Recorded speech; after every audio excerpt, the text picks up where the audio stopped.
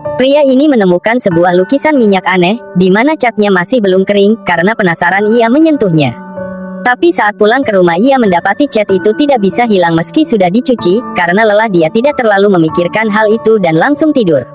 Keesokan paginya dua jarinya berubah menjadi kuning. Saat didekatkan ke telinga ia mulai mendengar suara burung. Dengan ketakutan ia memanggil temannya untuk memastikan. Tapi temannya tidak mendengar apapun. Ia mengira itu hanya halusinasi. Dia ke wastafel dan mencoba mencuci tangannya dengan deterjen, tapi hasilnya tetap nihil. Saat itu ia melihat seorang petugas kebersihan berdiri di luar. Ia pernah melihat petugas itu memandangi lukisan beberapa hari lalu. Begitu si petugas melihat jari-jarinya yang kuning, ia langsung menyuruhnya memotong jari tersebut. Dengan panik pria itu kembali ke asrama. Temannya tetap tidak percaya. Seluruh telapak tangannya berubah kuning dan suara burung semakin nyaring. Karena ketakutan ia mengambil pisau untuk memotong tangannya, tapi ia tidak sanggup. Dalam kemarahan ia mendatangi petugas kebersihan itu.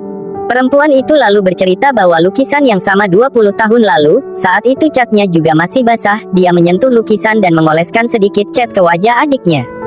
Kemudian mereka sadar cat itu tidak bisa dihilangkan. Ia pun belajar dari kejadian itu. Ia memotong tangannya sendiri, tapi adiknya yang wajahnya mulai menguning, perlahan menghilang. Beberapa hari lalu lukisan itu muncul kembali dan ia melihat sosok adiknya di dalamnya. Pria itu kini berniat menghancurkan lukisan tersebut. Tapi si petugas mencegahnya. Secara tak sengaja kepalanya menyentuh lukisan itu. Sadar akan kesalahannya, pria itu kabur, tapi suara di sekitarnya kini menjadi sangat menyakitkan. Seluruh tangan yang telah berubah kuning dan dunia di sekelilingnya tampak seperti isi lukisan.